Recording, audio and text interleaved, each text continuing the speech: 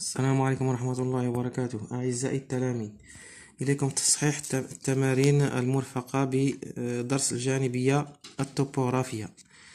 Nous allons faire une correction de l'exercice concernant le profil topographique.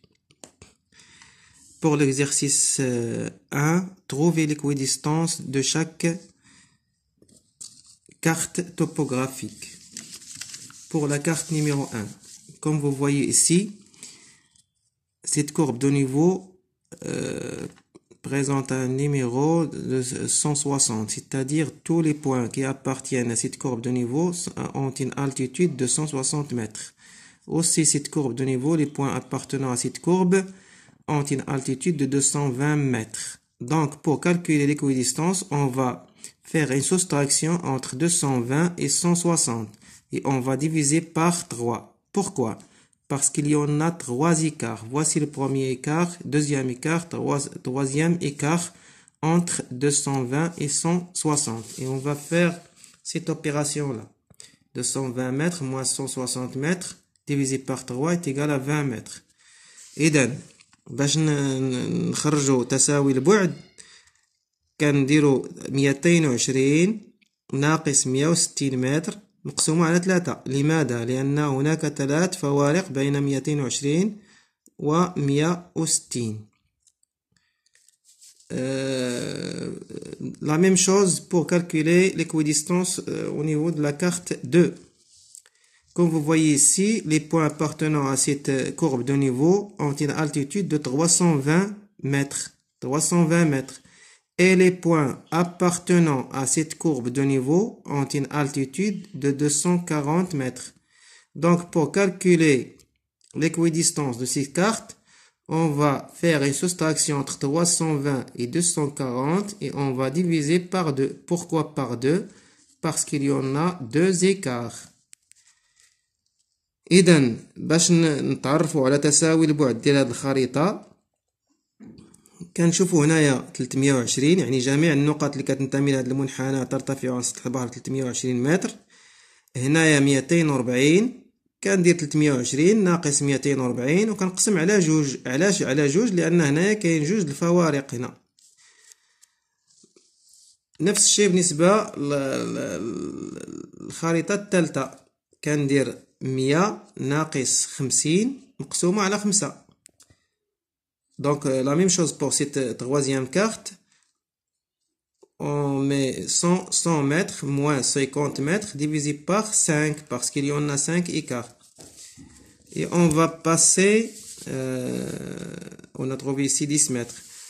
On va passer au deuxième exercice, tracer le plus court chemin entre A et B sans changer d'altitude.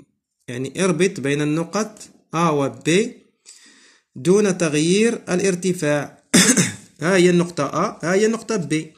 إذا باش نربط بيناتهم كيخصني ندير واحد الخط على هاد الشاكلة هادي دون تغيير الارتفاع، لأن إذا قمت بربط A و B عبر هذا الخط هنا سيكون تغيير الارتفاع. السؤال الثالث. Trouvez le sens de la rivière dans la carte 2 et la carte 1. Donc, voici la rivière. Le sens d'écoulement d'eau, le voilà. Il est montré par cette flèche, dans ce sens-là. Pourquoi? Parce que le sens d'écoulement d'eau est toujours contre la pointe V, indiqué par les courbes de niveau au niveau de la rivière. La même chose ici, le sens d'écoulement d'eau, ce sens-là. Pourquoi?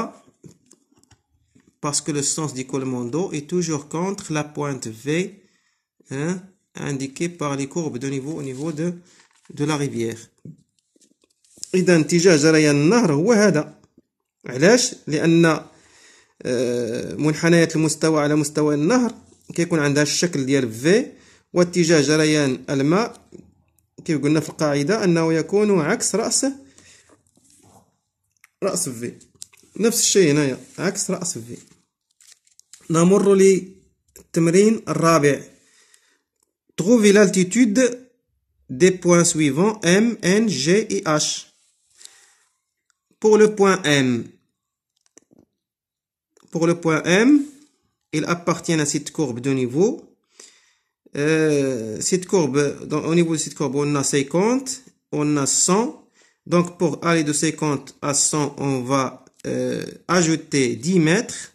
Hein, pour passer de cette courbe à cette courbe, on va ajouter 10 mètres. Donc, c'est 60 mètres. M est de 60 mètres. La même chose ici. Pour N appartient à cette courbe de niveau. Donc, pour aller de 100 à 50, on doit soustraire 10 mètres. Donc, 100 moins 10 est égal à 90 mètres. Voilà, N est égal à 90 mètres.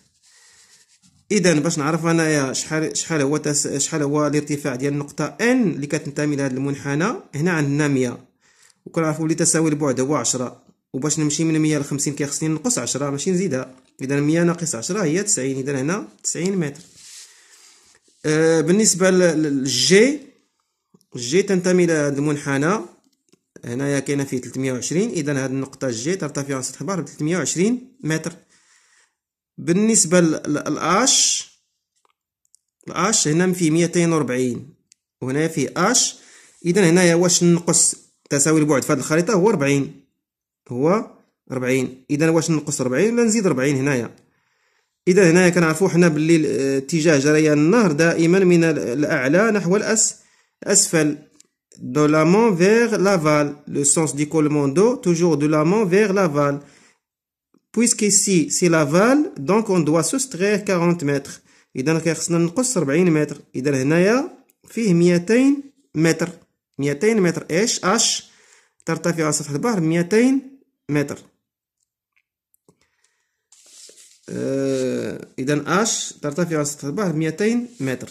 Maintenant, nous allons passer à l'autre question.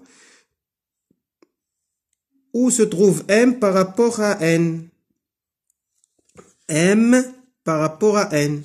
Puisqu'ici c'est le nord, ici c'est l'est, l'ouest, et ici, donc c'est le sud. Puisqu'ici c'est le nord, ici c'est le sud. Ici c'est l'est, ici c'est l'ouest. Bien sûr, au niveau de la carte, la flèche qui indique le nord est toujours indiquée au niveau de ce coin-là. Donc, on doit faire une translation vers ici. Hein? Ici, donc, ici c'est le nord, ici c'est l'est, le sud et l'ouest. Donc, M se situe entre le nord et l'est. On dit qu'il est au nord-est, nord-est. Et N se trouve entre l'ouest et le sud. On dit qu'il est au sud-ouest. Donc, M se trouve au nord-est de N et G se trouve, comme vous voyez ici, G se trouve à l'est de H. G se trouve à l'est de H. Parce que c'est le nord, l'est, l'ouest et le sud. Wassalamu alaikum wa rahmatullahi wa barakatuh.